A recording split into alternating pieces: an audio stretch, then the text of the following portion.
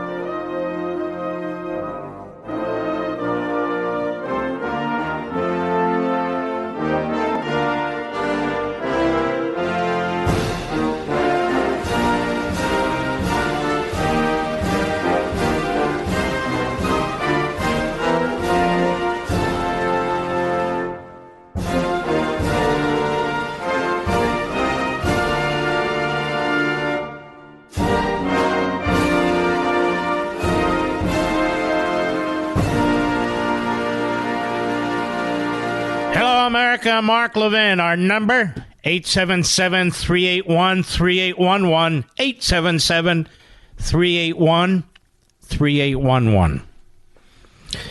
Well, the breaking news is that the Republicans in the House of Representatives did pass their debt ceiling bill. They didn't receive a single Democrat vote. So all you people who live in these congressional districts where you have these frauds and phonies and fakes who pretend to be moderate Democrats, they're big spending radical leftists. Hear me, Goshheimer? I know who you are up there in northern Jersey. And the former CIA person out of Virginia. They're all frauds and phonies. Now, they lost 4 votes. The Republicans did. So this thing passed 217 to 215. And as usual, Andy Biggs, Matt Gaetz, they lost Ken Buck of Colorado, and Tim Burchett of Tennessee. So yet again, these guys almost screwed up. And of course, the Senate will kill what the Republicans in the House pass. But I don't know what world these guys are in. Over at Breitbart, they have the Congressional Budget Office Republican debt limit plan would reduce deficit by $4.8 trillion. They're up against Democrats in the Senate as well as Republicans. They're up against Joe Biden. They pass a bill that, if adopted, would reduce the deficit by $4.8 trillion, and 4 boneheads vote against it. I don't know what they expect to happen when you only control one body. But that's a pretty damn good bill. That's probably why my buddy Chip Roy voted for it, as well as others. And I'm sure there was a lot of negotiation on this. Now, the Republicans would cut drastically spending between 2023 and 2033. That's according to the CBO. It will put a cap on discretionary funding. That would result in a savings of $3.2 trillion. They would scrap energy tax credits. That would save another $600 billion.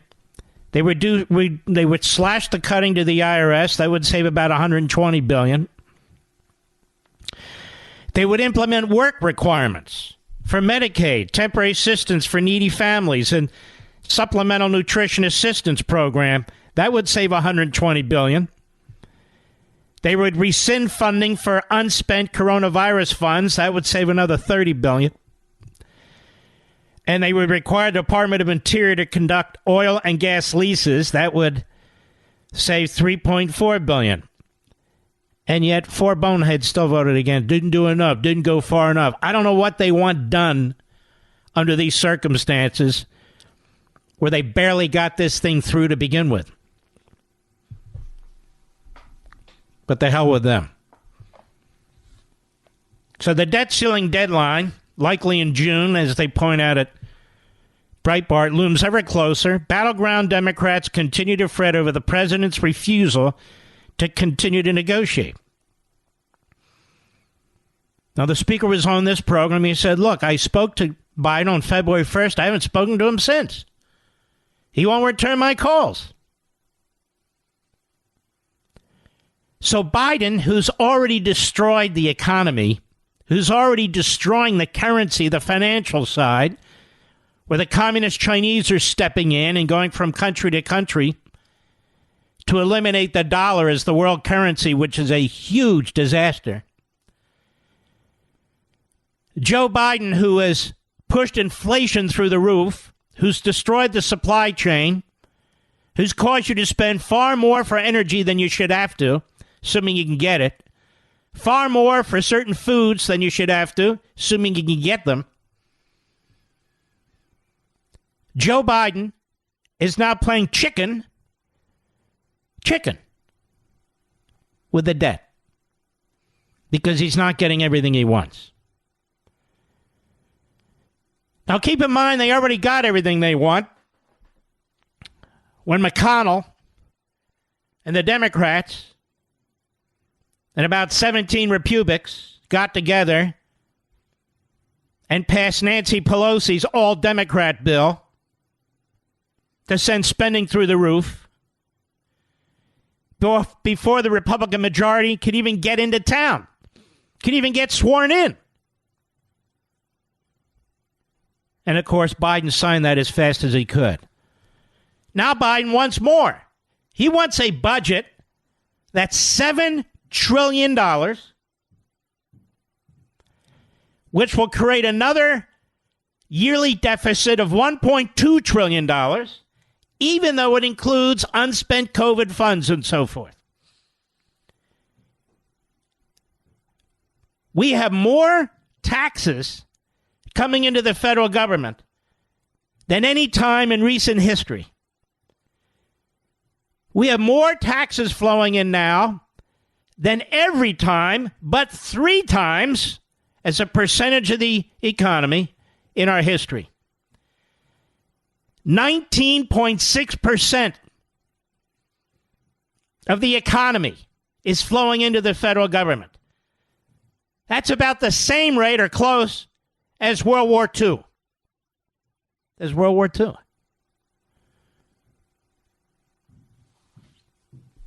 It's unbelievable.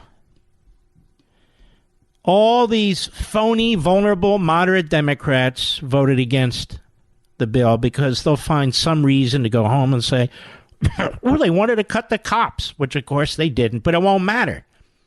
They're liars. They make promises back home about the debt, about spending, about bipartisanship, and they vote down the line every damn time. And it's very close. Very close on the Republican side. So when 4 of them bolted, we almost lost today. And so McCarthy said, we will lift the debt ceiling, but we have got to lift the debt ceiling with some limits here. We can't keep doing this. We just cannot keep doing this. And they're not doing anything radical, the Republicans. It's Biden who's doing radical things. Here's Kevin McCarthy yesterday on Capitol Hill. Cut 1, go. This bill is going to help face our challenges here at home.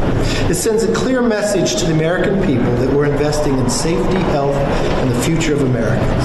And let me just mention a couple of highlights, starting with community safety. We know it works to make our communities safer, and that investing in prevention and community police officers so you can walk the streets, know the neighbors, and who can help restore trust and safety to our community. That was President Joe Biden, March 15, 2022. What was he referring to? The funding levels that we had just 4 months ago. That's exactly where we'll be. I don't know where the comments that he's making, but this week we will pass a bill on this floor that will lift the debt ceiling, something the Senate has not done, something the President has not negotiated, and send it over to the Senate. Because we think this is a responsibility. And so he sends a budget over. They're prepared to lift the debt ceiling. And Biden says, if it passes the Senate, I'll veto it. We want a clean deficit bill. Remember we talked about that clean deficit. In other words, you just raise that debt to pay for every damn thing that I want. It's that simple. And then, of course, Biden turns it around. It's the fault of the House Republicans. It's the fault of the Republican Party. Listen to this guy. He is the worst. Cut 2, go. Republicans say you're refusing to negotiate on the debt limit. They're saying you're missing in action. Will you negotiate? They haven't figured out the debt limit yet. Are you missing in action? I'm an inflation, Mr. President. On the debt limit. Will you meet with McCarthy? When can Americans meet with McCarthy, but not on whether or not the debt limit gets extended? That's not negotiable. I noticed they quote Reagan and they quote Reagan all the time and they quote Trump. Both of which said, I'm paraphrasing, it would be an absolute crime to not extend the debt limit. No, they didn't. In fact, the government was shut down 6 times under Ronald Reagan, who insisted that they cut spending. He's such a liar. It's just unbelievable. But you heard what he said. And every Republican on Capitol Hill and the RNC needs to take those words. He said the debt limit gets extended, that's not negotiable. And so either they pay for his budget, pay for everything in his budget, all the redistribution of wealth, all the waste and fraud and abuse, all the climate change crap that's destroying so many of you, the teachers union, all the money that goes to the leftists and all the rest. Either they do that, and it includes $200 million to Nancy Pelosi for some parks. Either they fund all that with your money,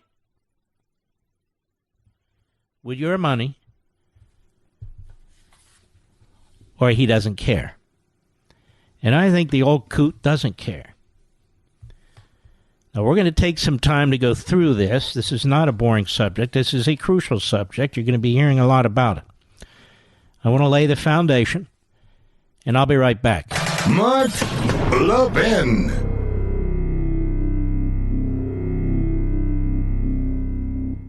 Let me ask you, what the heck is going on with the banks? These bank failures are absolutely nuts. How are we supposed to find sanity in this mess? And I was talking with Augusta Precious Metals, and they said tons of people are buying gold to protect their retirement savings right now. I think it's more important than ever to own gold. And guess what? If you have $100,000 plus saved for retirement, Augusta will actually pay you in pure gold to learn how gold IRAs can protect you. Reach out to Augusta Precious Metals today and get started with gold. If you're worried about the bank failures, this is something you can do for yourself. Just call 877-4-GOLD-IRA to learn how to protect your retirement and get your free gold coin. That's Augusta Precious Metals at 877-4-GOLD-IRA. Again, 877-4-GOLD-IRA. Consult your financial professionals before any investment and see risk disclosures at AugustaPreciousMetals.com.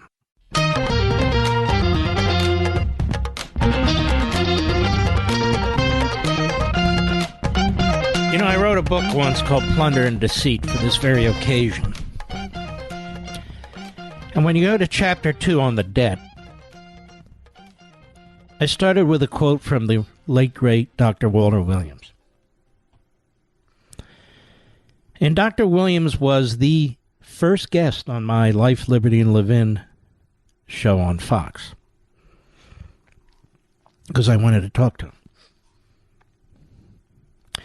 And Professor Williams rightly describes the underlying pathology driving the nation to economic and financial ruin as a moral problem. He said, "We've become an immoral people, demanding that Congress forcibly use one American to serve the purposes of another. Deficits and runaway national debt are merely symptoms of that real problem," he said. He said 75% of today's federal spending could be described as Congress taking the earnings of one American to give to another through thousands of handout programs such as farm subsidies, business bailouts, and welfare. Thomas Sowell, tremendous man, Professor Sowell, Dr. Sowell, said, there was a time when the purpose of taxes was to pay the inevitable costs of government. To the political left, however, taxes have long been seen as a way to redistribute income and finance other social experiments based on liberal ideology. I think he would agree today that's more like Marxist ideology. The United States federal government takes in about $350 billion or more every month. Probably closer to $400 billion a month now, but in that ballpark. If the government shuts down, that doesn't stop. It doesn't stop. It continues to take in that money. So I want to speak directly to Social Security recipients, Medicare users, Medicaid users, and people who use the VA. There's enough money every month to cover those expenses. And by the way, in a footnote, you might want to ask yourself, if you get a Social Security check, why would it matter if the government shuts down if there's a trust fund? Because they stole all the money out of the trust fund. So we play that game. But nonetheless, $350 or $400 billion a year comes in, a month are coming into the government, whether they shut down or not. And as a matter of federal law, Social Security, Medicare, Medicaid, and veterans benefits are excluded from any shutdown. That is, a percentage of the money that comes in every month must be used to pay Social Security benefits, Medicare users, Medicaid users, and veterans benefits. So I want to tell you that because the politicians in America, the Democrats, and their media will lie to you. That's number one.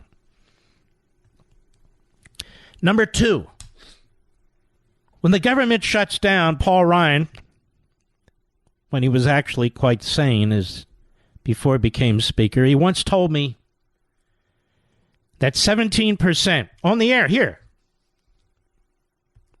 only 17% of the government shuts down when they have a shutdown. That means 83% remains open. So let's get that off the table to begin with. Now, what about the full faith and credit of the United States where they say we're not going to pay our bills? That is what I want to dig into with you. Very important. After the bottom of the hour, and we'll be right back. Let me ask you, what the heck is going on with the banks? These bank failures are absolutely nuts. How are we supposed to find sanity in this mess? And I was talking with Augusta Precious Metals, and they said tons of people are buying gold to protect their retirement savings right now. I think it's more important than ever to own gold. And guess what? If you have $100,000 plus saved for retirement, Augusta will actually pay you in pure gold to learn how gold IRAs can protect you. Reach out to Augusta Precious Metals today and get started with gold. If you're worried about the bank failures, this is something you can do for yourself. Just call 877-4-GOLD-IRA to learn how to protect your retirement and get your free gold coin. That's Augusta Precious Metals at 877-4-GOLD-IRA. Again, 877-4-GOLD-IRA. Consult your financial professionals before any investment and see risk disclosures at AugustaPreciousMetals.com. Mark Levin doesn't just read the news, he makes the news. Call the Mark Levin Show now at 877-381-3811. Let's go through this. It's fairly simple if you just stick with me.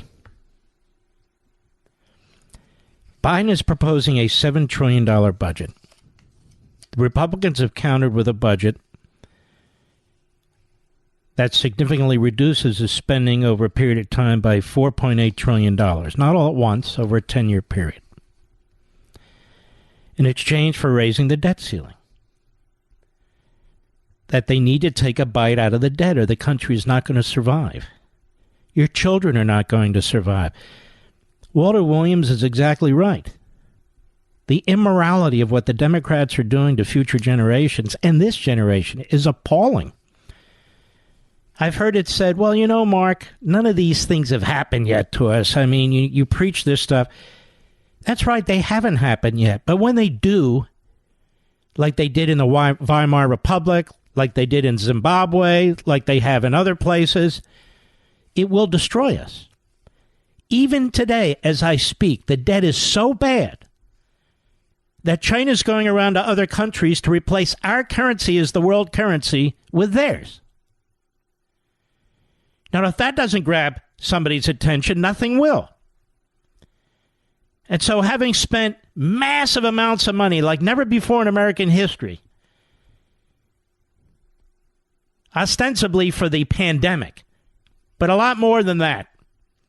And then the Inflation Reduction Act, which was a climate change act, inflation reduction in drag, it was climate change.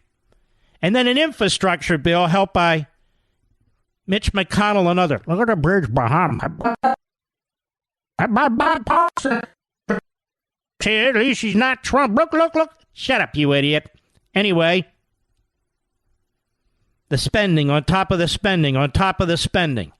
We've now reached the point where somebody's trying to do something about it. Now, they talk about the full faith and credit clause. What are they talking about? The full faith and credit clause in the Constitution. Where is that in the Constitution? Well, the so-called full faith and credit clause is Section 4 of the 14th Amendment. It's not in the body of the Constitution. It's an amendment to the Constitution. Really? Well, I don't understand. Well, you will in a minute. Here's what it says. Here's exactly what it says. It says the validity of the public debt of the United States, authorized by law, including debts incurred for payment of pensions and bounties for services, in suppressing insurrection or rebellion shall not be questioned. So they're saying any debt incurred by the Union to put down the Confederacy shall be serviced. Okay, simple enough. Let's move on. But neither the United States nor any state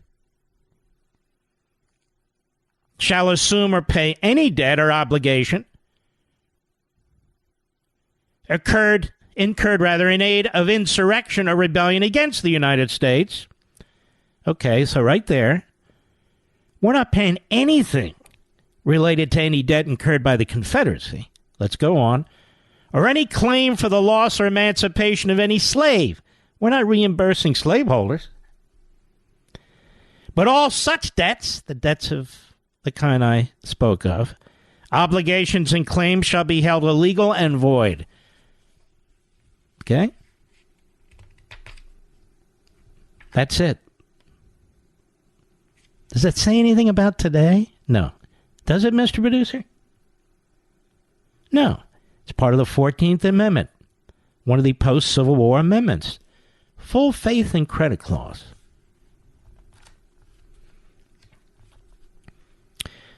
Okay.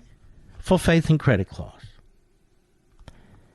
Now let's say that full faith and credit clause is applicable, as I read it in the 14th Amendment. That's fine.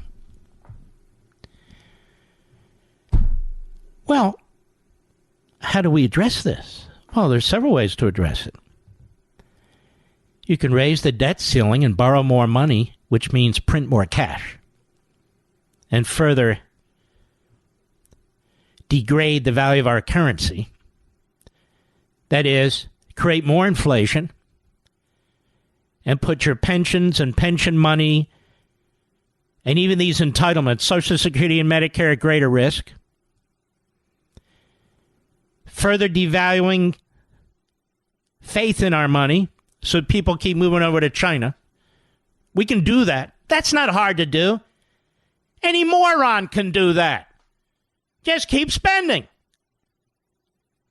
Well beyond tax revenue.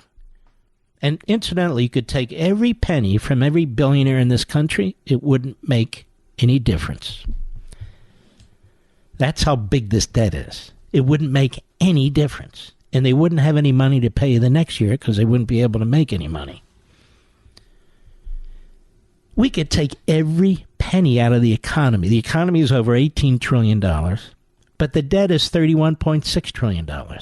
We could take every penny out of the economy today from each and every one of you, every billionaire, every near billionaire, every millionaire, every upper middle class, every penny you have from every single citizen.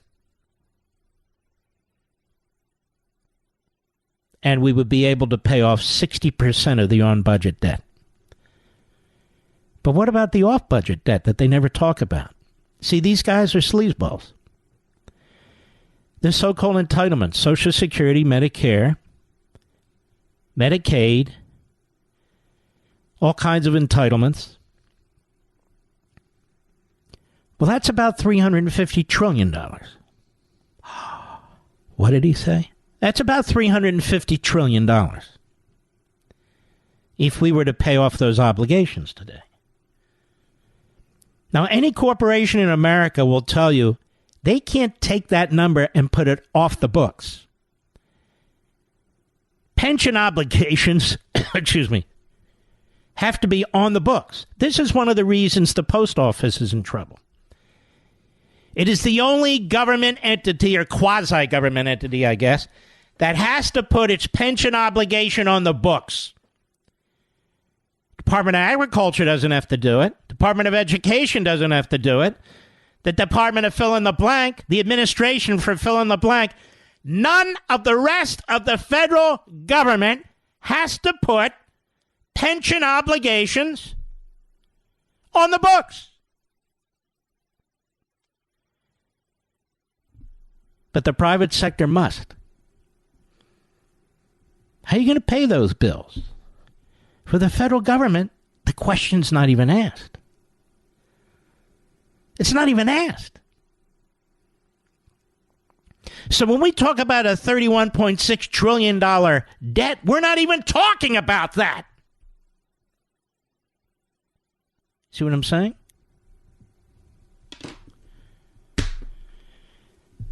So we're in a dire situation here. But Mark, nothing's happened yet. Oh, it will, probably to your children, definitely to your grandchildren. You see, here's the deal.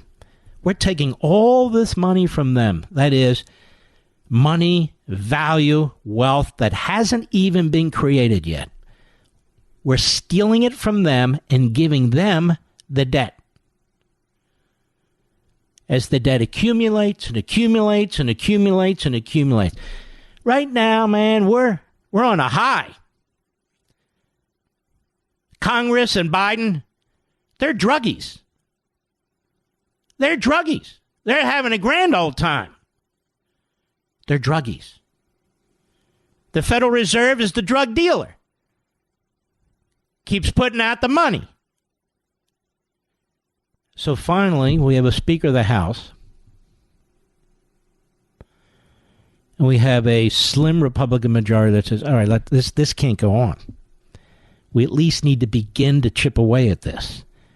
$4.8 trillion over 10 years. That doesn't sound like a lot based on what I just told you, does it? It's not. But it's important because it starts to tap the brakes. And if we start to tap the brakes and hit the brakes a little harder, and so it's very, very important. So what does Biden say? No. I want to tap the gas pedal. In fact, I want to put it down. I want to press it all the way, like my Corvette. By the way, they need to yank his driver's license. The guy can't even ride a bike or walk down the street. But that's a whole other story. So this guy who can't even speak, he says, I'm not negotiating with anybody over the debt ceiling. Well, I'm not going to allow the Republicans to put the nation in financial straits. Excuse me? No, we're not going to do that. I'm not going to allow that. He lies. They lie. The media lie. Because they're all in it. They all want the same thing. Massive government spending. And they know what I know, what you know. If we start to address the debt, even a little bit, then the whole Marxist Democrat Party model collapses. They'd rather talk about the rich. You know, we can get the rich to pay their fair share. What is their fair share? They actually believe 90% is the fair share. Well, let me tell you, you tax people at 90%, they're going to stop producing and stop working. They're not going to give a crap anymore. You tax me at 90%, I'm out of here. I'm not going to make money from major corporations and get 10% on the dollar. But why should you? Your labor belongs to you. Whether it's your physical labor or your intellectual labor, that belongs to you. Why should the government steal 90% of your working life from you? That's what I'm talking about. And give it to some schmo who doesn't get off his ass and work. Or give it to illegal aliens. Or whatever. Give it to left-wing groups. I'm not working for them. Are you? I'll be right back. Mark Levin.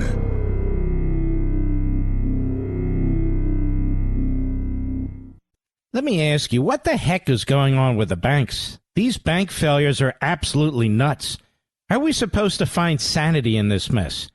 And I was talking with Augusta Precious Metals, and they said tons of people are buying gold to protect their retirement savings right now. I think it's more important than ever to own gold. And guess what? If you have $100,000 plus saved for retirement, Augusta will actually pay you in pure gold to learn how gold IRAs can protect you. Reach out to Augusta Precious Metals today and get started with gold. If you're worried about the bank failures, this is something you can do for yourself. Just call 877-4-GOLD-IRA to learn how to protect your retirement and get your free gold coin. That's Augusta Precious Metals at 877-4-GOLD-IRA. Again, 877-4-GOLD-IRA. Consult your financial professionals before any investment and see risk disclosures at AugustaPreciousMetals.com.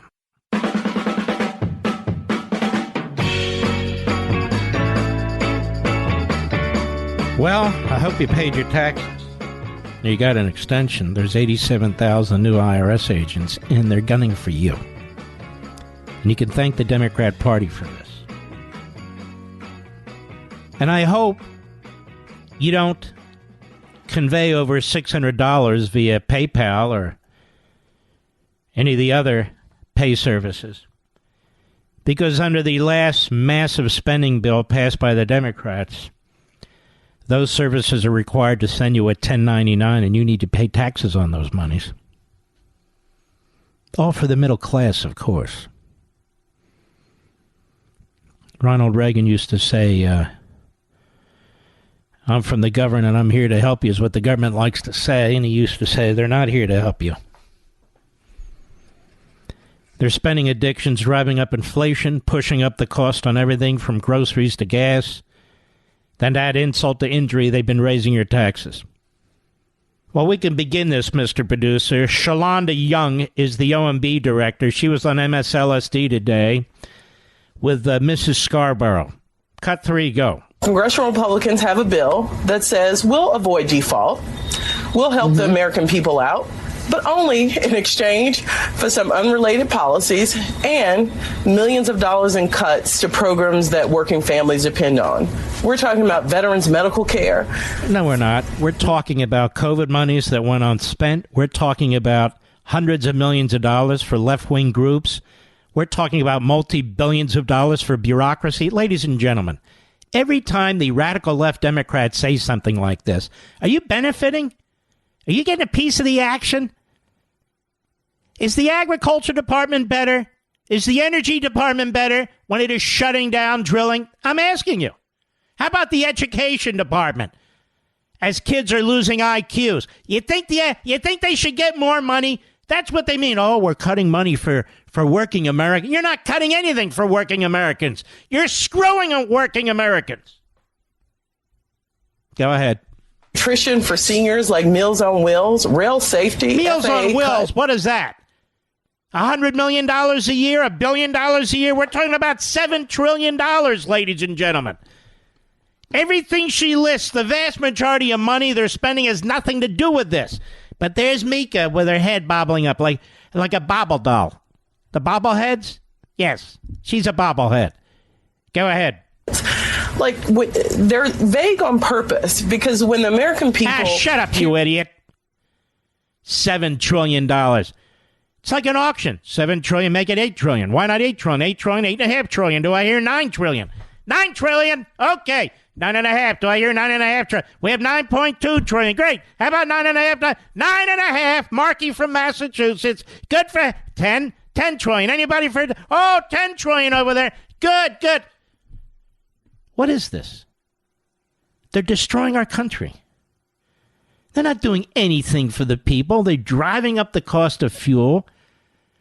They're going to ensure we have brownouts and blackouts. They're now going after the electrical grid.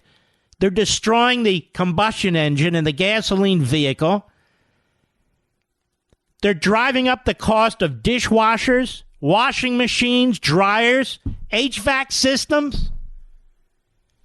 They don't care about you and the middle class, as Marx would put it. They don't care about anything. Meals on Wheels? That's a spit in the bucket for the federal government. First of all, they're not the only ones that pay for it. But I'm just making the point. We're not talking about Meals on Wheels or any of the rest of it.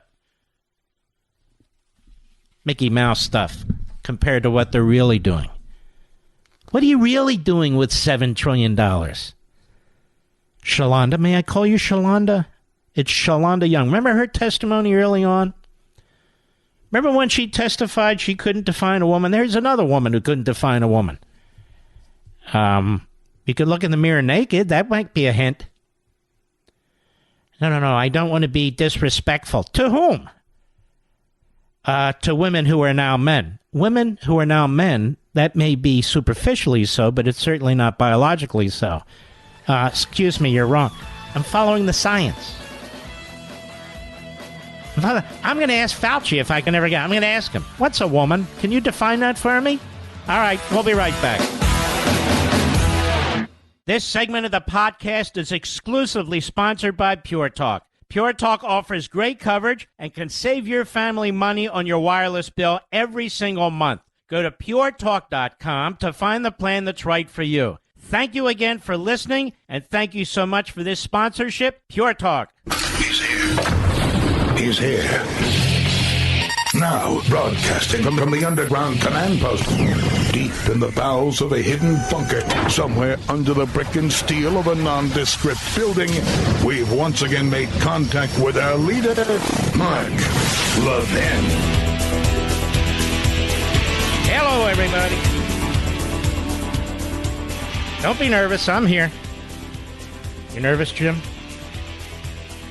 They thought this happened. Heart attack when my head hits the microphone. My wife hates when I say that. Can you imagine that, Jim? All right. I'm out of breath. I ran up 2 flights. Blinken and his wife emailed frequently with Hunter Biden, raising questions about the role in laptop cover-up. This isn't the New York Slimes. It's not the Washington Compost. It's not Maggot Haberman, Jeremy and his Peters. No, it's none of those people. They only get prizes for lying about Donald Trump. It's not over there at Mediocrite, Were they obsessed with Tucker Carlson, Ron DeSantis, and Donald Trump? Now, this is the Fox News Digital. So what happened here, folks? Blinken, isn't he the Secretary of State? Secretary of State Anthony Blinken held a meeting with Hunter Biden at the State Department in July 2015. By my calculation, that's 7.5 years ago, when he was serving as the Deputy Secretary of State in the Obama-Biden administration, and Hunter was on the board of the Ukrainian energy firm Burisma. You may have heard of that, according to emails reviewed and verified by Fox News Digital. The ties between Blinken and Hunter Biden could face increased scrutiny. Only by the Republicans on Capitol Hill, of course, after former CIA Deputy Director Michael Morrell, who's a Trump hater, by the way, testified to the House Judiciary and Intelligence Committees last week that Blinken, I may have mentioned he's Secretary of State, as President Biden's then campaign senior advisor, quote, played a role in the inception, unquote, of the public statement signed by Intel officials claiming Hunter's abandoned laptop was part of a Russian disinformation campaign just weeks before the 2020 presidential election. So this is a real dirty trick. These guys make Nixon look like, well, Nixon wasn't bad, certainly compared to these guys. With the Russia collusion and all that. Look at this. And so he's awarded with being Secretary of State for doing the dirty work for Joe Biden. So Joe Biden knew this letter was a fake and a fraud. Anthony Blinken knew this letter was a fake and a fraud, obviously. Jake Sherman, the National Security Advisor, he knew this letter was a fake and a fraud. But it didn't matter. The media didn't want to know the source. No, we have to stop Trump and help Biden. And they're doing that to this day. Let's continue. The ties between Blinken and Biden could face increased scrutiny. I don't know. Not if you read the New York Slimes and the Washington Compost. Then you don't know anything. Emails from the infamous abandoned laptop that Blinken sought to discredit so that Hunter has ties to Blinken and his wife. You know, this laptop was a treasure trove. Still is. It's in the hands of the American Stasi. It's in the hands of the Department of Injustice. Meritless Garland. It's a treasure trove of crimes, criminality, corruption, violations of federal law, perhaps state law. Not just implicating Hunter Biden, but implicating Big Dumb Joe and the rest of the mob family. Emails from the infamous abandoned laptop that Blinken sought to discredit show that Hunter has ties to Blinken and his wife, Evan Ryan, dating back. Why does his wife have a guy's name? Evan. Dating back over a decade, having scheduled meetings with him while he was on the board of Burisma, and Blinken was Deputy Secretary of State. Ooh, the plot thickens. But they still want to appoint a special counsel, and that's what's needed. In an email on May 22, 2015, Hunter tried to schedule a meeting with Blinken so he could get the Deputy Secretary of State's advice on some things. Have a few minutes next week to grab a cup of coffee? Maybe a prostitute? No, I added that. Hunter asked, I know you're impossibly busy, but I would like to get your advice on a couple things, quote unquote. Absolutely. Blinken replied, I'm just about to land in Tokyo and I'm dropping names all over the place. En route back to D.C. from Burma. Burma? What's he doing, collecting rubies? I'll be in the office from Tuesday on, copying Linda in my office to find a good time. Look forward to seeing you, Tony. Guy was a kiss ass. He knew he wanted to be Secretary of State. Hunter then forwarded Blinken's response to his business partner and fellow Burisma board member, Devin Archer. Roger, Archer responded. 10-4. No, I added that. Several emails then followed discussing logistics. An email from Blinken's then assistant, Linda Landers. What is this, Mr. Producer? Some kind of a comedy movie? Linda Landers. Oh, was that her real name, Linda Landers? Apparently so. On May 27, 2015, listed Blinken's schedule for that day. Quote, I'm trying to schedule you after Tony's afternoon White House meeting. Are you available about 3:45 or 4 p.m.? Linda Landers wrote, can you come to the department for coffee and see his new digs? Ooh. I should be. Let me know and I'll be wherever is easiest for him, Hunter responded. Hunter also forwarded a response from Blinken's assistant to Archer saying, FYI. 10-4? No, I added that. The meeting at the State Department was initially set for 3:30 p.m. and then moved to 4 p.m. on May 27, 2015. But at the time of the emails, Hunter's older brother, Beau Biden, had been admitted to Walter Reed, obviously because of his brain cancer, which is a serious matter. But the meeting was later scheduled for July 22nd. According to an email scheduled from Hunter Biden's assistant, so 5 weeks later, he's back at it. 12 to 1:30 p.m., lunch with Tony Blinken, State Department. Hunter's schedule read, enter a main entrance, diplomatic entrance, 22nd and C Streets, Northwest. Proceed to receptionist area where Kenny Matthews will be waiting to escort you to Tony's office. Later that day, Blinken told Hunter in an email, it was great to see him and catch up. You will love this, Blinken wrote to Hunter on July 22nd, 2015. After you left, Marjorie, the wonderful African-American woman who sits in my outer office and used to be Colin Powell's assistant, said to me, he sure is pleasant on the eyes. Tell your wife, said Blinken. Well then, it's unclear what was discussed during this meeting. Fox News Digital's inquiries sent to the White House, Hunter's lawyer, State Department were not returned. Can you imagine that? Appears that Hunter first tried to connect with Blinken on June 16, 2010, when he asked Blinken's wife, current White House Cabinet Secretary Evan Ryan, that's a big job, for his non-government email address. Can I get Tony's non-government email, Hunter asked. I want to send him something, thanks, and he spells Tony T-O-N-I. Isn't that the way you spell it for girls, Mr. Producer?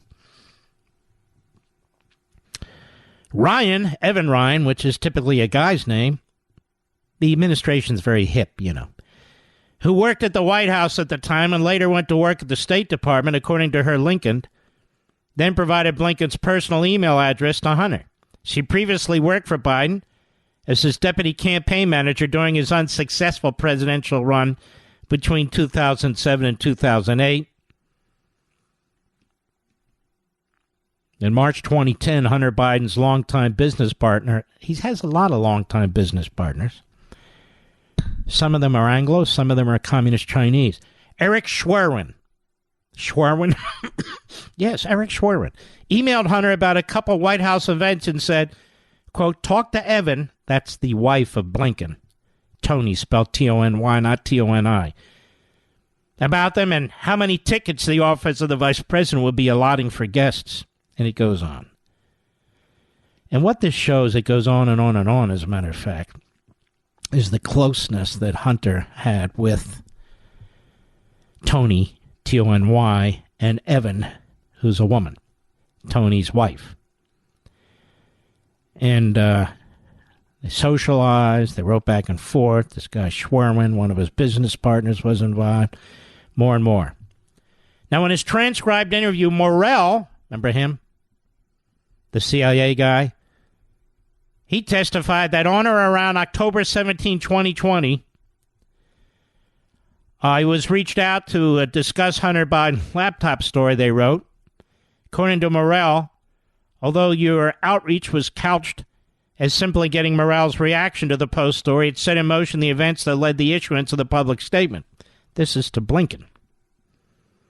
Morrell further explained that one of his two goals in releasing the statement was to help then Vice President Biden in the debate and to assist him in winning the election, they wrote. We used to call this a smoking gun. We used to call this fingerprints. We used to call this DNA. We used to call this a stained blue dress. Based on Morrell's testimony, it's apparent the Biden campaign played an active role in the origins of the public statement, which had the effect of helping to suppress the Hunter Biden story. I don't know why they even bothered to do all this. They just had to wait for meritless Garland to show up. He'll suppress it all for them. I'll be right back. Mark Levin.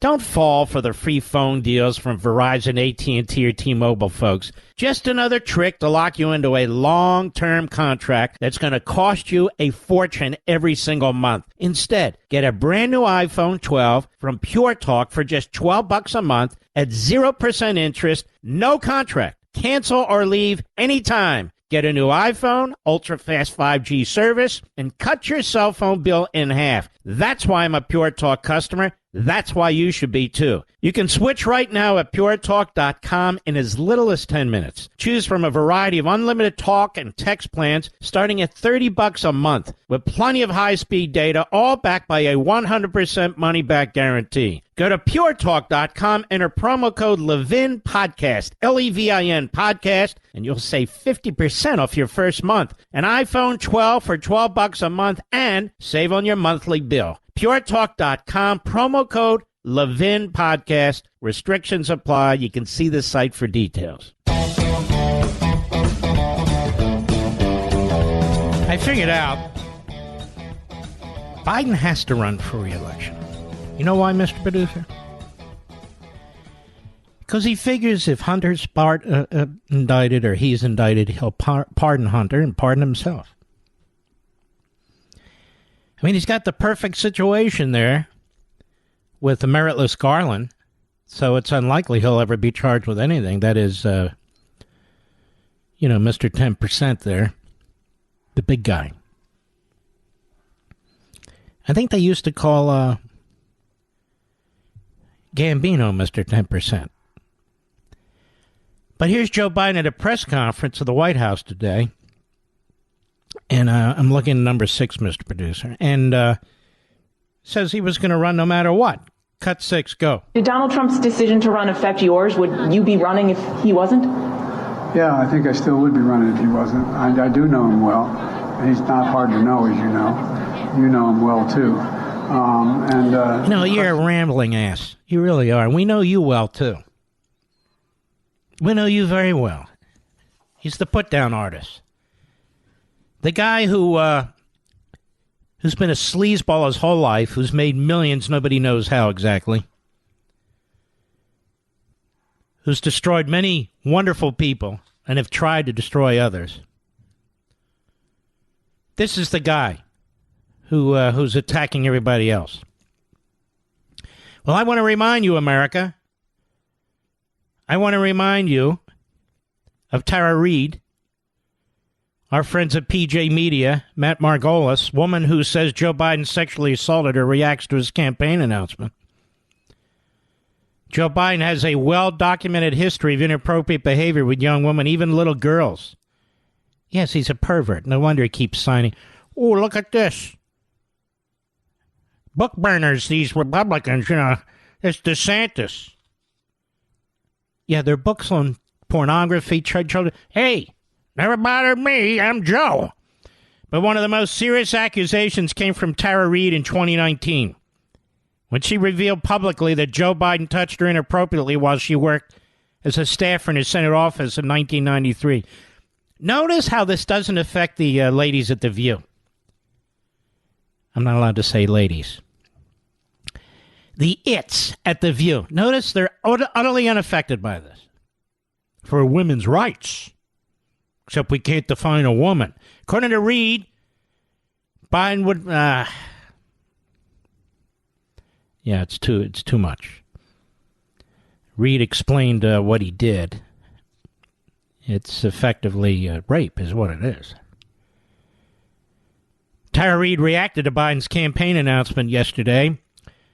She tweeted this: Joe Biden announced he is running for president today for 2024. Someone asked me how I felt. She tweeted, how would you feel? My monster is now America's monster. This is the year not to vote blue, no matter who. And to the other candidates running that may not win, if you end up endorsing Joe Biden just to hold power, that will put you on the wrong side of history forever. I'm sure Maggie Haberman is very interested in following up on this. I understand they have at least 6 reporters also at the Washington Compost looking into this. Mediaite ran with this. Oh, they didn't? Why not? Because her name isn't Tucker Carlson, that's why. Or Ron DeSantis or Donald Trump. It's deeply concerning that there's been a shocking disregard among the left and the media, I would add, for the allegations of his inappropriate behavior towards women, including the credible accusations of sexual assault. Reid told her mother, her brother, and a close friend about the incident after it happened, and even attempted to file a complaint at the time, but Biden's loyal staff protected him. Just like the media today, just like the frauds and the phonies who surround him today.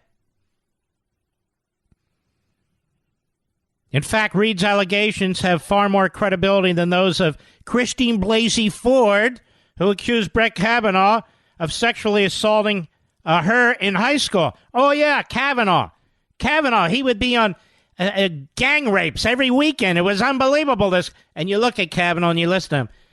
This guy's a complete nerd. No one was able to corroborate Ford's story, and her lawyers attempted to pressure one of her witnesses to alter their account. During her testimony, Ford stated she was given a ride home from the party, but she was unable to identify the driver, and no one came forward claiming to have given her any ride either. Mark, you want details? What's with the details, for crying out loud? In all likelihood, Ford may have been assaulted in the 80s, but modified the assault's timeline to 82 to allege that it occurred during Kavanaugh's high school years. Whatever. Tara Reid has like a photographic remedy of how Joe Biden molested her. And he goes around smelling little girls' hair. Guy is a pervert. I'll be right. You can quote me. I'll be right back. Don't fall for the free phone deals from Verizon, AT&T, or T-Mobile, folks. Just another trick to lock you into a long-term contract that's going to cost you a fortune every single month. Instead, get a brand new iPhone 12 from Pure Talk for just $12 a month at 0% interest, no contract. Cancel or leave anytime. Get a new iPhone, ultra-fast 5G service, and cut your cell phone bill in half. That's why I'm a Pure Talk customer. That's why you should be, too. You can switch right now at puretalk.com in as little as 10 minutes. Choose from a variety of unlimited talk and text plans starting at $30 a month with plenty of high-speed data, all backed by a 100% money-back guarantee. Go to puretalk.com, enter promo code Levin Podcast, Levin Podcast, and you'll save 50% off your first month. An iPhone 12 for $12 a month and save on your monthly bill. puretalk.com, promo code Levin Podcast. Restrictions apply. You can see the site for details. The voice of sanity in an insane world. The Mark Levin Show. Call him now at 877-381-3811. You know, these crackpots, these nighttime phony comedians, more like court jesters. What is that? Kimball. What's his name? Mr. Producer? What's his name? Kimmel. I want to thank his 412 writers for stealing from the Levin Show here. How many times have I called Jeff Zucker, who used to be at CNN, Jeff Mother Zucker? 4 billion times? So Kimmel in Bits, who's a moron and a slob, I think I get bigger numbers than he does. I get bigger numbers on Sunday night than he does. on a network show. He, he smears and slurs Tucker. He calls him Mother Tucker. That's very clever there, Kimmel. You plagiarizing slob.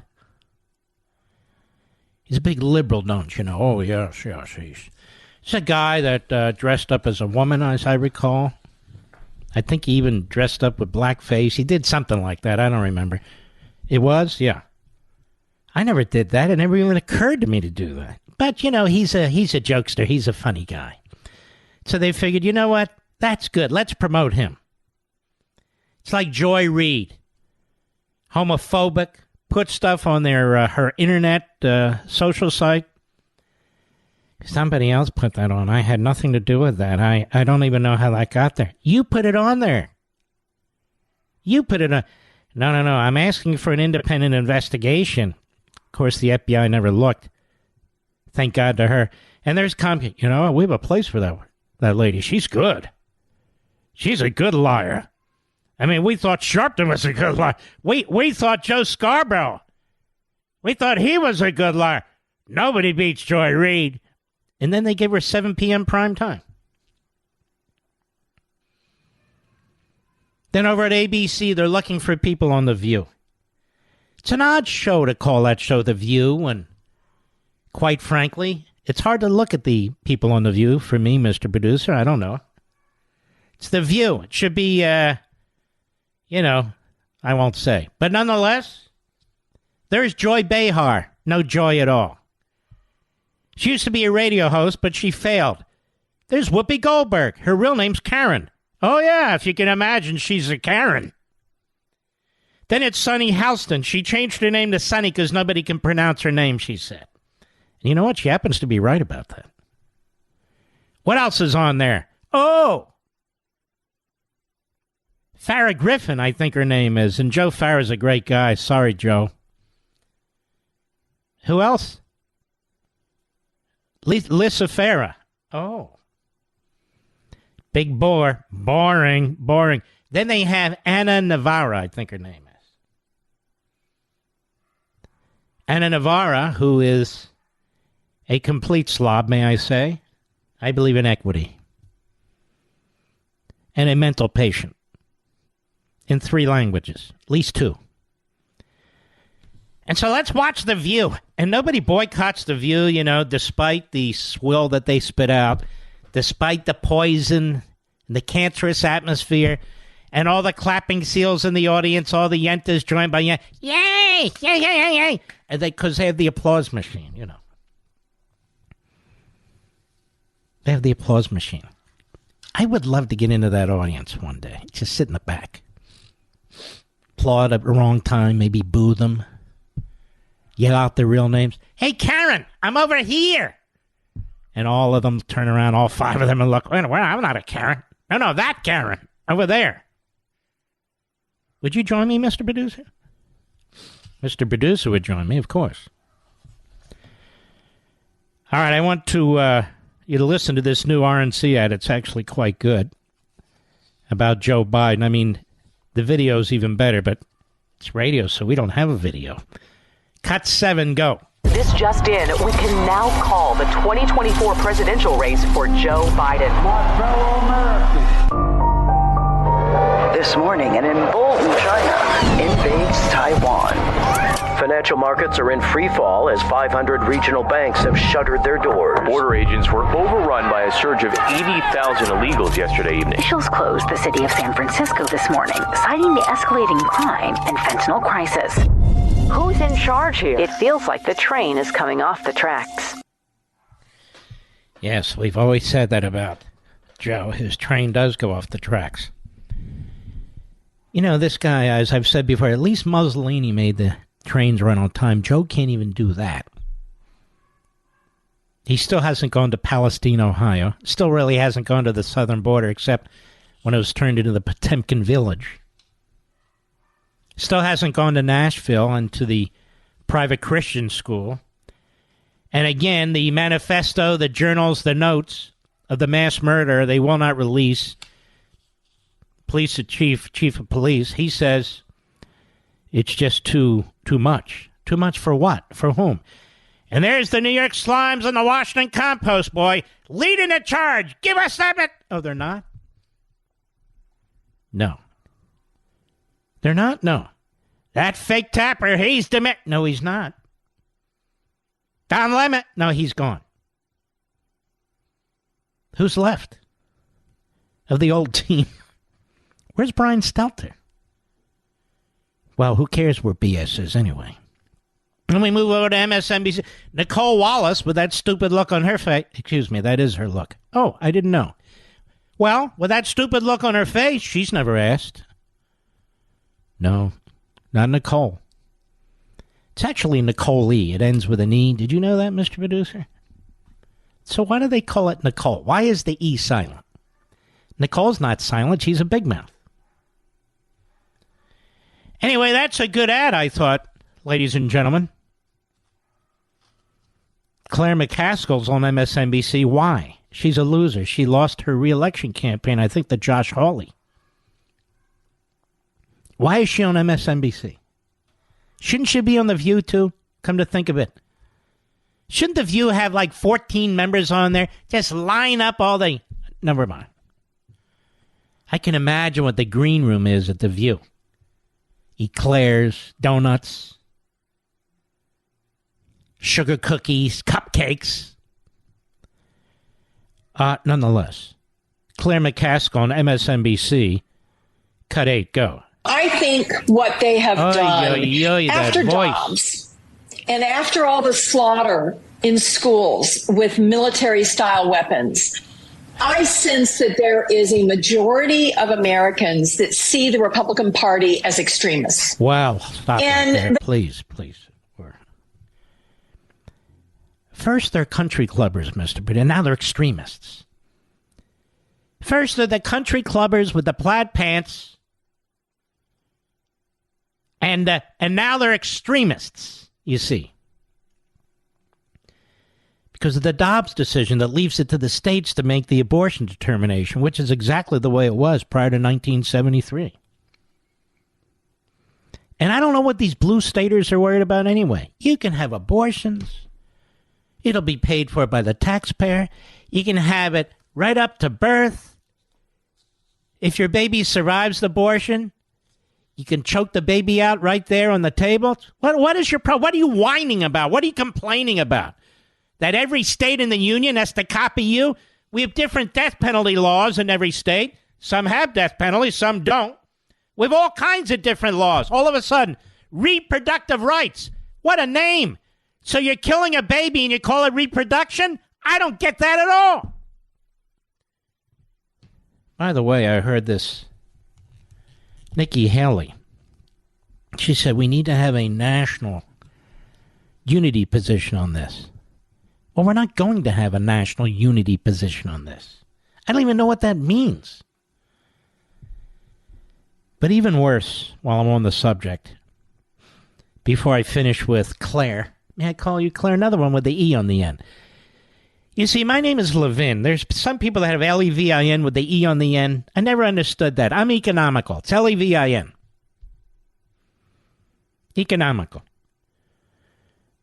Let's see here. I am, give me 2 seconds, please. I'm looking right here. Ooh. Nikki Haley on Fox. If Disney would like to move their hundreds of thousands of jobs to South Carolina and bring the billions of dollars with them, I'll let them know. I'll be happy to meet them. Sorry for the illiteracy. It's not mine. I'll be happy to meet them in South Carolina and introduce them to the governor and the legislature. This tells me a lot. I can never support Nikki Haley for president now. It's nothing personal. You've got the governor of Florida and the people who Florida who don't want this corporation dictating what goes on in their public school classrooms, what goes on in the libraries in the public school. They don't want anything to do with that. And this is a multi-billion-dollar corporation that is subsidized heavily and has been for half a century. And you have a governor with a different view about subsidizing corporations, particularly corporations based in Los Angeles. And so he's trying to put his foot down that he's the governor, that the legislature's the legislature, and this massive corporation can't throw its weight around from California to tell little kids how they're going to be educated in the classroom. So Nikki Haley stabs DeSantis in the back and apparently is a sellout to wokeism, is a sellout to the culture war. What kind of a comment is this? We want this massive corporation with all its subsidies, with all its wokeism. At the top, you got this guy, Bob Iger, a left-wing kook Democrat worth millions, driving the engine over there, who wants to impose his will on the people of Florida. We welcome you into South Carolina. You impose your will here. You can teach our kids here how to be woke. That tells me Nikki Haley is not up to fighting in the culture. She's not up to it. Because she just sold out to it. She thought this was a nice, cheap way to deal with it. To distinguish herself from DeSantis. There are other ways you can do it. This is not acceptable to me. If you're not willing to fight the culture wars because they are devouring our country, and I said this last week and the week before, then I'm not supporting you. Period. It's one thing to have a disagreement. Maybe there's a foreign policy, a tax. No. Parents should be furious by this, too. All the parents groups across the country. You don't want this either. You don't want somebody who rolls in and says, hey, you know what? Disney, you want to come over to my state? I'll introduce you to the governor and the legislature. We'll take Disney and all their jobs and all the money and all the rest. That's the problem with the establishment, and I'm sad to say, rhinos. Right there. It's nothing personal with me. But what I do take personally is that parents are fighting like hell to defend their children against what's going on with the teachers' unions, what's going on in the classrooms, that these are wars and battles that need to be fought, that the corporatists have joined with the Democrats and have joined with the wokesters and are imposing their will on the population. This is why I told you, DeSantis, Noem, some of the others, Abbott, they could go along like the other Republican governors. They could be like a Chris Christie or a Larry Hogan or a Chris Sununu and just go along for the ride. But these others did not. And DeSantis did not. So, Haley, you're off my list. Nothing personal. Nothing personal. But that exposed you. That said a lot about you right there. We'll be back to McCaskill in a minute. I'll be right back. Mark Levin.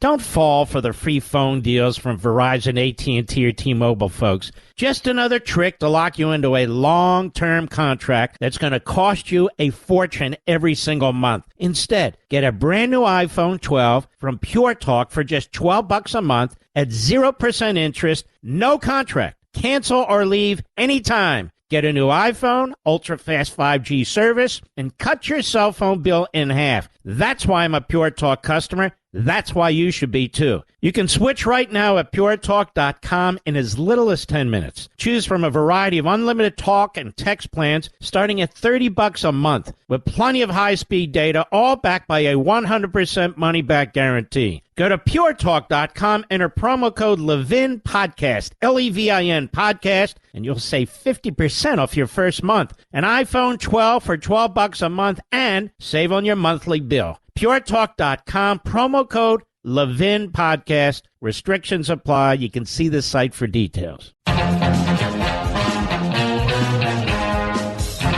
As I say, it's nothing personal with Nikki Haley. I've met her a few times, spoken to her a few times. Not one-on-one or in a small group, but I was thinking maybe she could even be good vice presidential material. But I got to tell you, if you're not up for the fight when it comes to the culture, or you're just unwilling to participate in that and engage in that, I just can't back you. I just can't. That doesn't mean anything. People will do what they want to do, run if they want to run. I'm just giving my opinion.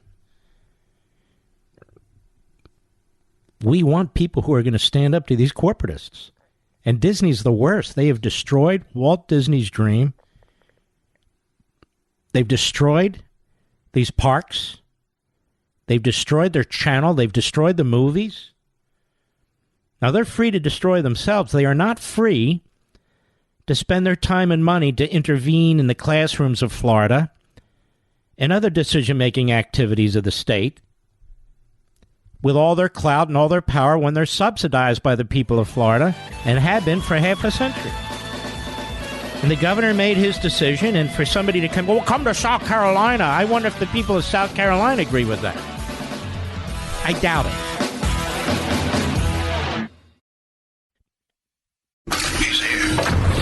He's here.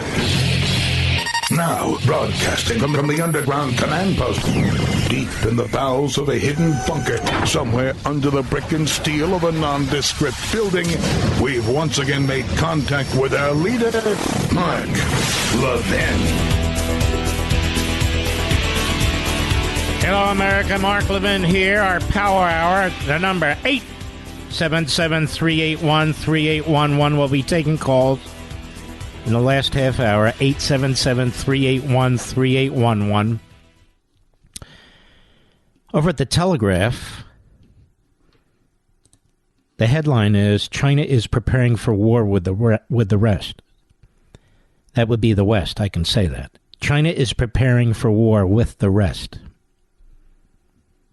The West. The Communist Chinese Party, CCP, a vastly wealthy, unelected gang of Marxist revolutionaries. Good for you, pal. Matthew Henderson, again, at the Telegraph, is busily pursuing asymmetric warfare with the United States and the rest of the free world, while building up arsenals of everything from drone swarms and lasers to nuclear warheads and hypersonic missiles, capable of winning or forestalling full-on nuclear hostilities. The only reason one would acquire these weapons is the expectation of future confrontation with the West. It plainly shows who they perceive the real enemy to be. Us! You and me! And I don't know how many more times I can say this. This is exactly the reason why Biden needs to be thrown out. So-called peacetime and peaceful coexistence are not in the Communist Dictionary. Some commentators might argue that nuclear proliferation cannot be solved without China. But the CCP's bid for world domination in place of the declining West is backed by massive nuclear proliferation. Can Britain alone alter this by continuing to engage? Remember, this is a British newspaper. But it applies to the United States. It's equivalent. The same disconnection from reality informs the notion that solving global warming requires cooperation with Beijing. Xi Jinping is heavily dependent on coal. His idea of cleaner energy involves geostrategic quantities of imported oil and gas from Russia and Iran. With Xi in power, the chances of a serious reduction in China's emissions seem slim. The British government, and I'll say the American government, is also keen to emphasize the importance of working with China to prevent future pandemics. Yet when the COVID-19 outbreak started, the CCP deliberately ignored its obligations under the international health regulations, misleading the World Health Organization about the fact of human-to-human transmission long enough for the virus to spread across the globe. The CCP still refuses to share vital COVID data. And there is every chance that the next pandemic will originate in China and that the CCP will again try to cover it up. In short, Britain, and I'll say the United States, in short, Britain appears to be in willful denial of the ruthless truth of Xi's regime. And that's before one even considers its brutality at home. Years before they're pushed in Hong Kong, Beijing assured a very senior UK first visitor that torture was illegal in the Chinese judicial system. They did not respond when he handed them a Chinese police gazette recording hundreds of cases of torture the previous year in a single province. Torture.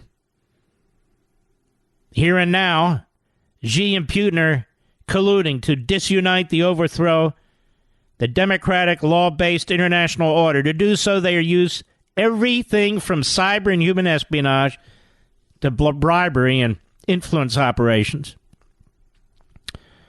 Threats to key national infrastructure, gray zone operations, coercive diplomacy, theft of key military and security technologies, collusion with tyrannical regimes, subversion of international institutions, to industrial-scale blackmail and propaganda and disinformation campaigns. In the well-chosen words of Rishi Sunak. Remember him, Mr. Producer? Me neither. China is consciously competing for global influence using all the levers of state power. But despite the obvious implications of this statement, the British government persists in a contradictory and weak approach, as does the U.S. government, to confronting the greatest security challenge the international community has ever faced. The smartest ruse of the devil is persuading you that he doesn't exist. Baudelaire. It's time for a genuine policy refresh, one combining honest dialogue and a big stick, says Matthew Henderson of the Council on Geostrategy. And of course, Matthew Henderson is 100% correct. And his condemnation of the current ruling class in Britain goes for the current ruling class in the United States. The communist Chinese are beyond preparing for war. They are ready for war now. We are not. We run out of ammunition providing support to Ukraine. Now, did you ever think that would happen? This is willful now. It's willful to present a budget to the United States Congress that is a 19% increase for the EPA and a 3% increase for the United States military. Well, Mark, the communist Chinese spend a lot less on their military than we do. No, they don't. First of all, they lie about what they spend on the military. We have no idea, really. Secondly, they fuse the civilian and military sectors of their country, and the military has the say-so. And that's not considered. And third, they don't have certain of the restrictions like we do, which is hopefully to treat our troops humanly. They don't have an all-volunteer army. They have conscripts. People do volunteer, but they have conscripts. It's a lot cheaper that way, don't you know? But they're way ahead on lots of technologies now, having stolen the base information from us. The FBI busy chasing down people who paraded and trespassed on government property on January 6th. I'm not talking about the violent people. I'm talking about the other ones. It's a big problem with what's going on with China. I'll be right back. Mark Levin.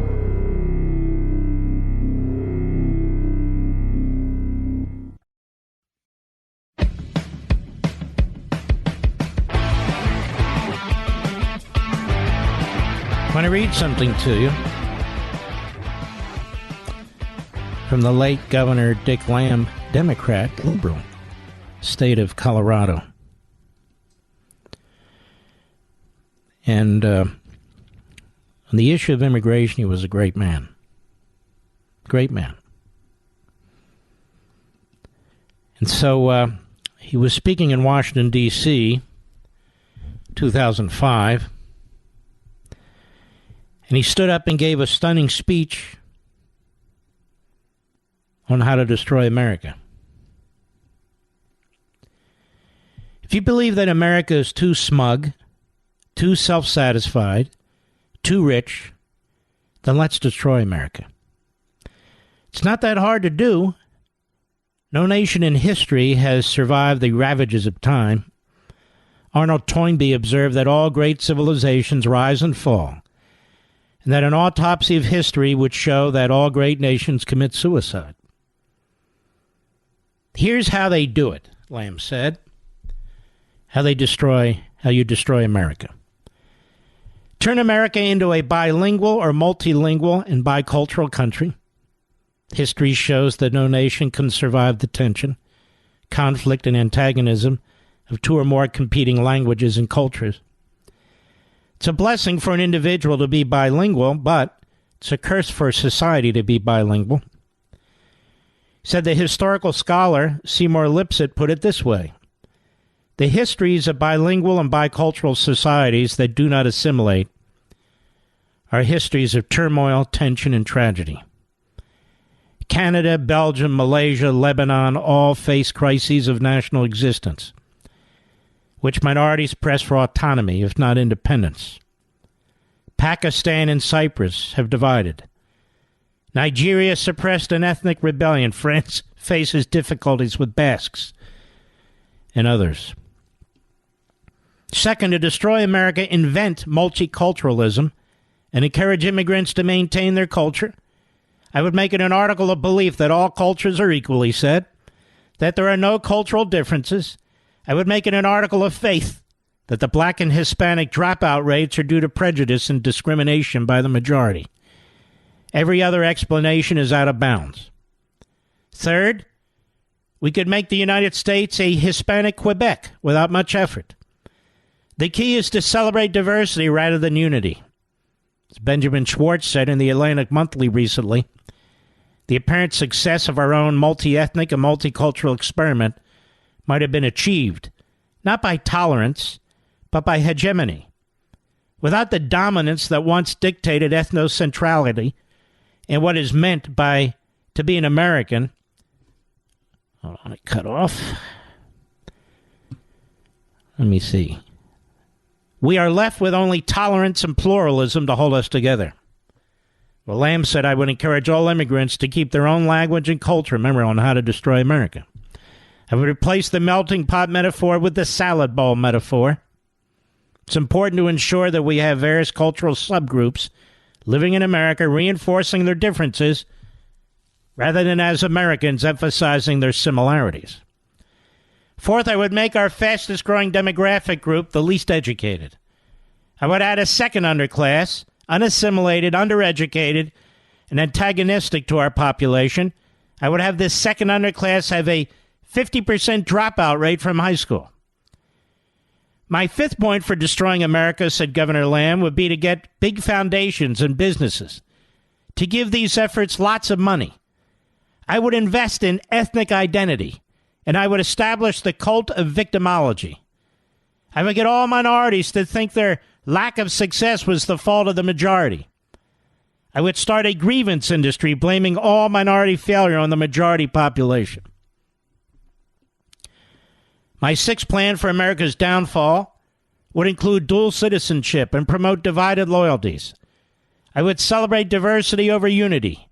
I would stress differences rather than similarities. Diverse people worldwide are mostly engaged in hating each other. That is, when they're not killing each other. A diverse, peaceful, or stable society is against most historical precedent.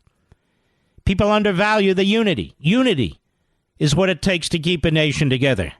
Look at the ancient Greeks. The Greeks believed that they belonged to the same race. They possessed a common language and literature, and they worshiped the same gods. All Greece took part in the Olympic Games. Common enemy, Persia, threatened their liberty. Yet all these bonds were not strong enough to overcome two factors: local patriotism and geographical conditions that nurtured political divisions. And Greece fell to the Persians. E pluribus unum, from many one. in that historical reality. If we put the emphasis on the pluribus instead of the unum, we can balkanize America as surely as Kosovo. Next to last, I would place all subjects off limits. Make it taboo to talk about anything against the cult of diversity.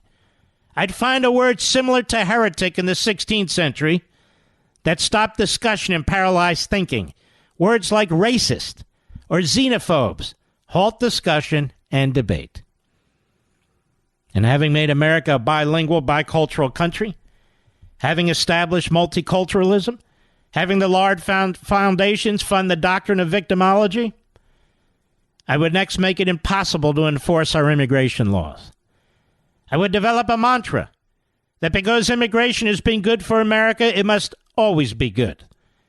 I would make every individual immigrant symmetric and ignore the cumulative impact of millions and millions of them.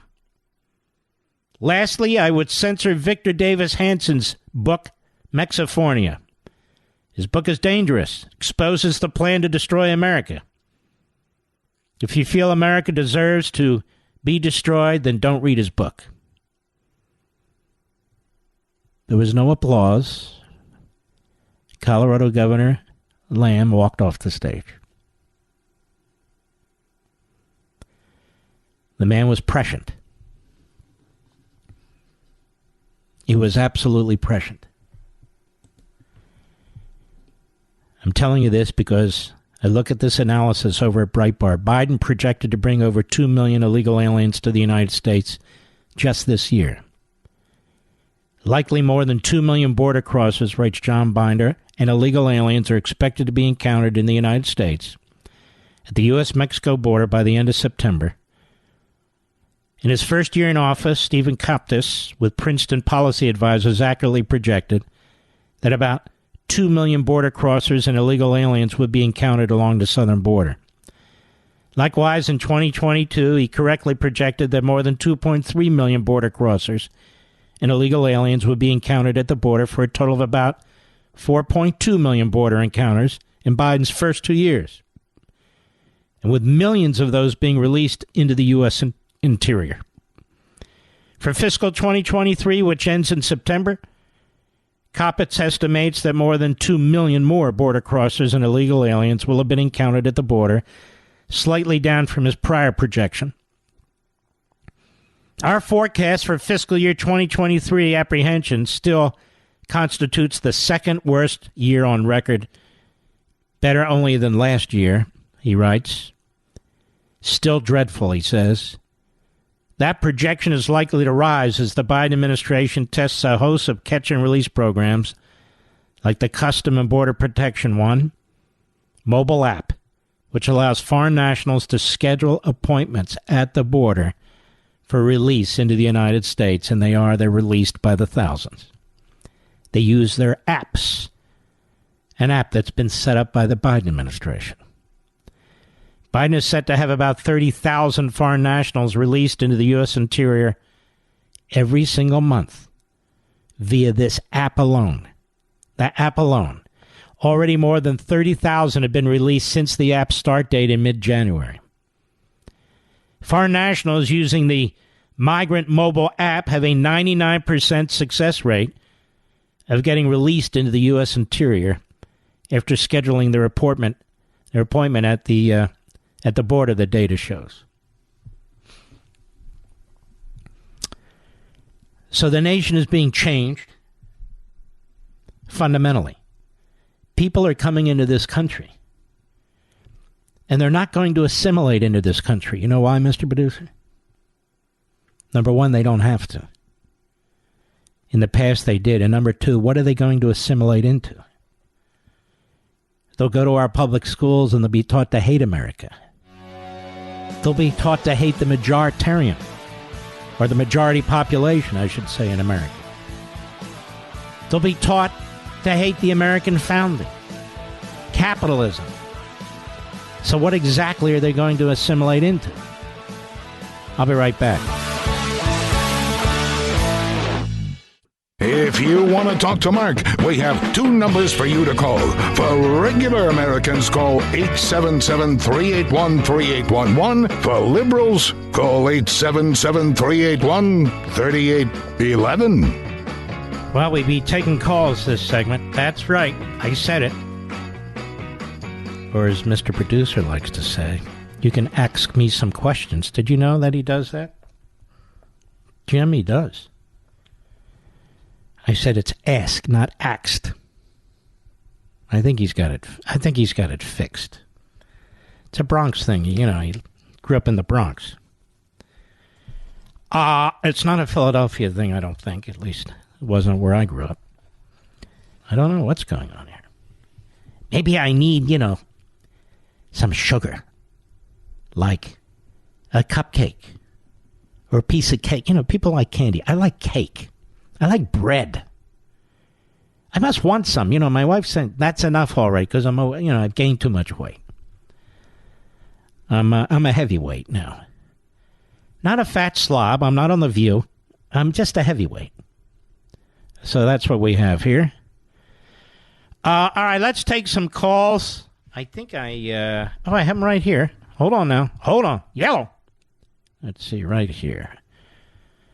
Let's start from the top, shall we? No, we shall not. Now that I see what's at the top.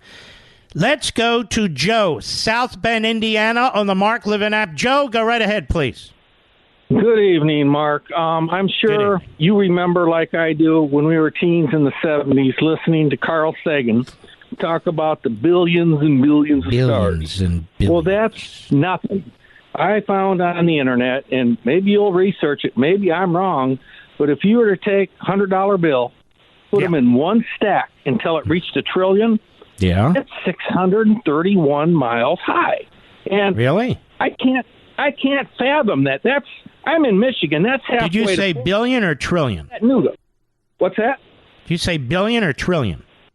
1 trillion with not $1 bills, but $100 bills. Mm-hmm. And I've looked this up on numerous websites. I couldn't believe it. I cannot fathom it. I believe you. But it shows you what $1 trillion is, and people need to understand that, and they don't. Mm-hmm. No, afraid not. They don't care either, because for many people it's, I want what you've created. People who've contributed nothing to this society, making demands. Somehow they're better than successful people. What if you're a billionaire and you've created 25,000 jobs where families have an income, put food on the table, can save up for whatever they want to save up and so forth? Why are we supposed to hate that person? If he has $1 billion, he hadn't taken anything from me. I'm quite serious about this. Elon Musk hasn't taken anything from me. So why do I care? Why do I care what my neighbor makes? What I care is what the damn government is taking from me, my paycheck, and giving it to people who haven't earned it. That I care about. All right, Joe. Thank you for your call. Let's continue. Herb, Huntsville, Alabama, the great WVNN. Herb, is the H silent? No, that's Herb from Huntsville. Hi, Herb. How are you, buddy? I'm doing great, Mark, and really appreciate you taking a call, and it's an honor to talk to you. I just wanted to touch base on your comments about Nikki Haley. I did not hear her quotes. No, she put it out on Twitter. Yeah, so I don't know the context that it was given in or anything of that sort. There was no context. She just flopped it up there. Okay. Well, I wanted to share with you that when you said her quote, I actually interpreted it opposite from the way you did. Now, I don't disagree with the way you interpreted it, because literally I agree with everything you said.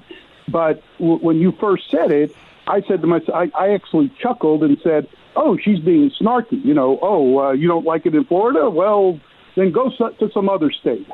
She didn't say go to some other state. She said, I will introduce you to the governor and legislature. Come to South Carolina, where we'll take the money and the hundreds of thousands of jobs. How can you interpret that some other way than what she said? Like I said, when you first said it, it sounded to me like she was just being snarky. But anyway, I think you're projecting, because that's not what she said. It's not snarky. She made a definitive statement. I don't know how much clearer she could have made it in plain English, too. Well, that's why I don't disagree with your interpretation. I just wanted to share. That's why I love you. You're a great caller. So, would love to hear her on your show, by the way. Yeah, well, okay, well. You never know, my friend. You never know. But I am not taking, suggestions. Okay, well, thanks for all you do. Hey, Huntsville, let me ask you a question. University Drive, does it still have all those great restaurants lining up one side and the other? So, if you're talking about some years back, yes. That is sort of not there anymore, but they still do have lots of restaurants there. There have been a number of other places that have popped up with good restaurants. And what's your favorite barbecue place there? Lawler's is one of the best ones. What about Gibson's? Gibson's is probably the best. Yep. All I know is I liked both of them a hell of a lot. And there's also Ted's. They do really good I don't know barbecue Ted's. as well. Yes. Well, I'm all for them. They have a couple of different places around. Yeah. But you know that vinegar coleslaw at Gibson's is really great. Really like it. Yeah. It's better. It's better because it's not as sour as some of the others are. Right. All right, my friend. Thank you for your call. Huntsville, Alabama really is a great place. As a matter of fact, they have the Redstone Arsenal there where the Saturn V was developed and other top secret space stuff is developed. You've got an enormous number of brilliant scientists and engineers and so forth in that one little area, Huntsville, Alabama, and the environs. And it really is quite remarkable what takes place there. So you've got a very high level of education there. I just wanted people to know that because some people might be from Harvard and go, oh, Huntsville. Let me tell you something. There's smarter people in Huntsville than Harvard. This I can tell you. First of all, they vote right, and then you got all the, the Kennedy types and the rest that get into Harvard. Oh, yeah, okay. They must have really worked hard, I'll tell you what. And not even Ted. Ted was such a cheat, he had to go to the University of Virginia. Did you know that, Mr. Producer? Oh, yeah. His father tried to buy his seat in there like he did the rest of them, but not Teddy. Teddy didn't make the cut, I'm afraid. I think I'm right about that. If not, so be it. But I think I am. Let us continue, shall we? Yes, we can. Let us go to Tony with an I. Clifton, New Jersey, the great WABC. Tony with an I. How are you? Hi, Mark. I'm great. How are you tonight? I'm good. How are you? I'm great. I loved your interview with President Trump. It was Thank you. It was so telling, and it was so intimate, and it was just such a good way of letting everyone know how great he actually is and what he has to bring let to him the speak table. rather than play defense over, hey, what about this and what about that? You know, Biden doesn't put up with that crap. Anyway, go right ahead. I'm sorry. So the reason I called you is because, I have studied, since my retirement, I've studied the U.S. history, and I've gone into other countries, and I just love my country. And since I retired in 2018, things were okay, except for the past few years. And I wonder how for a country that doesn't have that many socialists, or you could correct me, how have they gotten so far with their agenda? Well, we do have many. We have many Marxists. It? We call them elected Democrats. Right. Are they like in a party? Are they registered Marxists? They're registered Democrats. I'm not talking about Democrats who are like electricians and plumbers and bricklayers and truck drivers. Elected Democrats. The vast majority are, in fact, Marxists. This is why they get their back up when I say it in the media. What do you mean by that? Hey! I wrote a whole book on it. They want to know what I mean, they can read it. And by the way, I don't have any book to give you, but maybe the library has it. I doubt it because, Tony, the Democrats and Biden are saying Republicans are removing books from the shelves. My book was never on the shelf. What do you say about that? Republicans are removing sexually explicit books out of elementary schools, and Biden, the pervert's very upset about that. As a matter of fact, we should start calling these Democrats perverts. These media personalities and entertainers. We should start calling them perverts, Tony, because if they think little kids should be saying sexual stuff in books, including graphics and pictures, they're perverts. And, the Republicans want to take books off the shelves. Yeah, those books we want to take off the shelf. Why is Biden fighting so hard to keep them? Can you tell me, Tony? He's a pervert, that's why. He's a pervert. Exactly. You're good. Thank you for your call. I'll be right back. Mark Levin.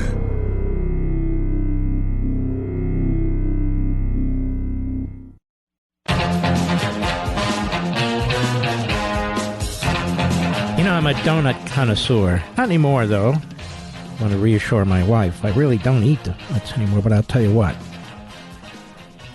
If I lived out there in Santa Clara, California, like we did very briefly, I'd be eating donuts every morning because of Stan's Donuts. There's no question in my mind. For me, it's the greatest donut place I've ever had a donut.